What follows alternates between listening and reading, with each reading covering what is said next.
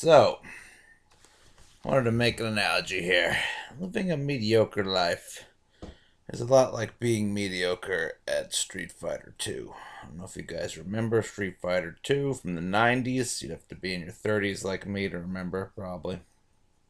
But, if you went undefeated on the hard level, then you would get a special ending.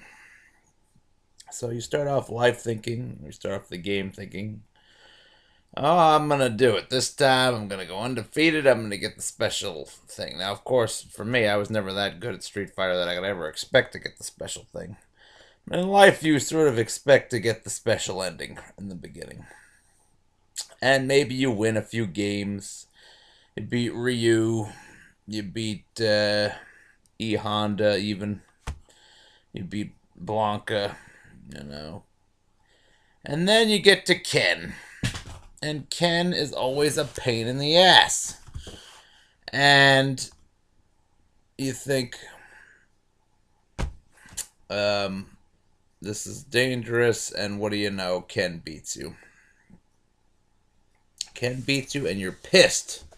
So you know you're not going to get the special ending. So basically, at that point, you're just trying to get through the game because you've already put in some time. You've already beaten a bunch of guys. You figure, well, I gotta beat this just for the hell of it.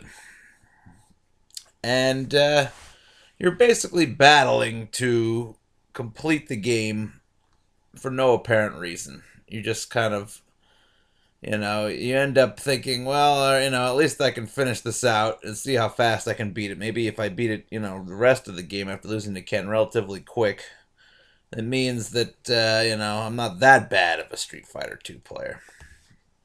Or the analogy being, I'm not that terrible at life because I didn't go to some college or didn't get some job or whatever. So you keep trying, but you realize in the end that you're never going to get the cool screen with the graphic that nobody gets to see. You're going to see the screen that everybody sees when they beat the game. So already, there's nothing special about what you're doing. Tons of people have beaten the game and seen the crappy normal finish screen at the end. And already you're not very fulfilled because you know you're not doing anything special, but you slog on. And, after you've beaten Ken, all of a sudden, maybe, you make it through most of the guys and then maybe you lose to Zangief. The jump kick method, the cheap jump kick method isn't working for you. And you're like, oh my god, now I've lost to Zangief. This sucks. You get frustrated, and you're like, all right, we keep trying. Maybe Zangief beats you once more, and you're like, this fucking blows. And then you move on, and you get to the bosses. And then you're stuck on, usually you can get through Balrog with some BS low kick crap. And then you get to Vega.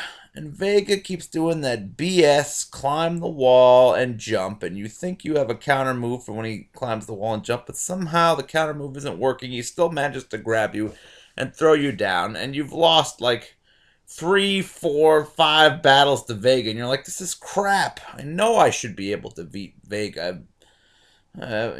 Just like in life. I know I should be able to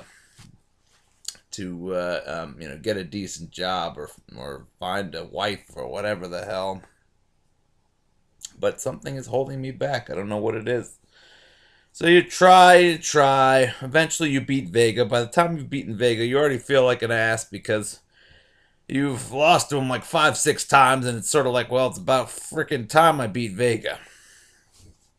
And maybe that's finally getting a job that pays you salary or something. I don't know. And then you end up getting stuck on every other main boss. Sagat gives you a hard time. You lose 5 or 6 times to Sagat. You're like, I can't believe this. I thought I was going to be better at this game. I thought I had a chance, and all I'm proving to myself is I have no chance in hell. And that's what happens in life. You think, oh, well, I'm finally on my way, and then some setback happens. And you're like, what the hell happened? I thought I was decent at life, but But things that should be easy, or things, if you're holding yourself to a higher standard, things that should be done. If I held myself to the standard of guys that get to see the finish screen, I'm not even close to getting to see the finish screen. I've lost 3 times to, 4 times to Vega and 5 times to Saget. Finally, you get to M. Bison, which I guess is just the battle to keep yourself from wanting to kill yourself, I guess. And M. Bison is the biggest bitch of all. He beats you like 10, 12 times with that crap, freaking electric flaming torpedo move and the damn kick thing he does, and he just keeps doing the kick thing. And that's what happens in life. You just feel kicked down. You keep getting stepped on by M. Bison, except instead of M. Bison, it's people taking advantage of you. You get stepped on by the a-holes who know how to play the game and play the power moves that keep you down, keep you frustrated, and you just keep getting stepped on and clawed and torpedoed, and you're just so sick of it, and you're like, I just want this to end already. This isn't even fun anymore. I started this game with a dream of being decent at it, and now I'm just desperate to finish because I've already put so much time in. And that's what ends up happening in life. You feel like, well, what else is there? I lost my dream a long time ago. Now it's just a matter of trying to get through it and try to, to keep your frustration at bay for getting stepped on and torpedoed and clawed and just treated like crap by the game, otherwise known as life. And finally, after all that hard work, you get to you finally beat M. Bison, which is basically retirement. You didn't have a fulfilling career, and you finished, and you know that it wasn't an impressive victory, but at least you made it. And that's what happens against M. Bison. And in life, you just sort of get to the end, you're like, okay, it's finally over. It's time to retire. You get the same crappy screen that everyone else sees, the screen of death that says, hey, this story is over. And from that point on, I don't know if it becomes like, reincarnation would be playing the game again, which could happen. But when you play the game again, you usually don't want to play as the same character. Or if you do play as the same character, I don't think that has a real parallel to life, because I get the feeling you have to start with a new character. You never know, though. Maybe you will play with the same character. Who knows? Maybe you have the choice. But yeah. And that's it, Game's over. You feel like crap. You're just frustrated. And I feel like that's what life's going to be like. You'll go to your deathbed saying, this is just for people who are mediocre in general.